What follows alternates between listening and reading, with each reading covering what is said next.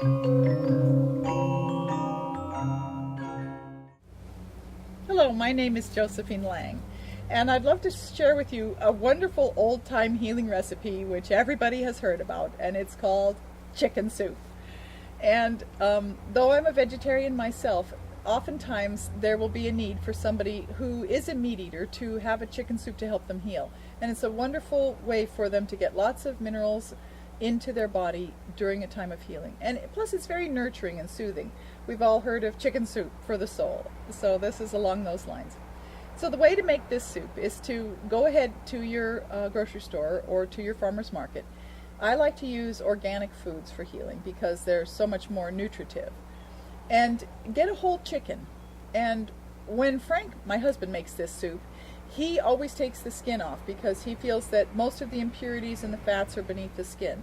I will usually do it with the skin on, but I will maybe skim off some of the fat at the end of the soup. So either way you want to do it is fine. You can either skin it before or take the skin off afterwards. Then you submerge the chicken in a big cooking pot that'll hold like about 2 gallons of water. I usually submerge the chicken in the water with a tight-fitting lid and bring it to a boil. And this, of course, I rinse the chicken first to make sure that it's clean on the outside and take out the innards. And then let it boil for, maybe an hour or two until the chicken gets very soft, until the bones are starting to fall apart. And then I'll take the chicken out of the water and set it on a plate to cool. And of course that water that it has boiled in has now become your chicken broth. And so you want to keep that water. I will usually put in a tablespoon of salt into a chicken soup to increase the flavor. And so you can have the broth just as it is, or you can go ahead and let the chicken cool and then pull the meat off of the bones.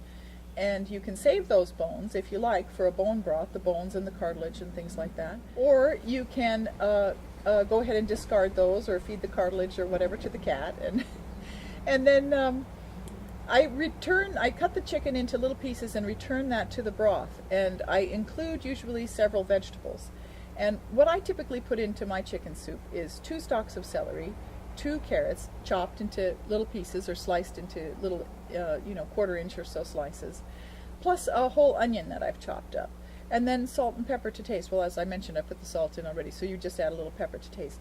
And then I will usually include the leaves of either collards or kale, maybe 3 or 4 pieces of collard or 3 or 4 pieces of kale, just to give it a little extra nutrition and flavor. So an onion, carrots, celery, and some sort of dark leafy greens, with the chicken meat returned back into the broth. And then I'll boil it for probably another half an hour to an hour until the vegetables are soft. Sometimes too I'll put in a potato, 1 whole potato diced into little pieces. And that makes a very wonderful, delicious chicken soup. And so may you enjoy that and have good, happy healing and share that with your friends in times of need. There's nothing quite like when you're not feeling well to have a friend show up with a beautiful chicken soup for you to easily open up and feed yourself during a time of healing. So please enjoy and check out my website if you get a chance. It's stepintomagic.com. Thank you very much for listening. Have a great day.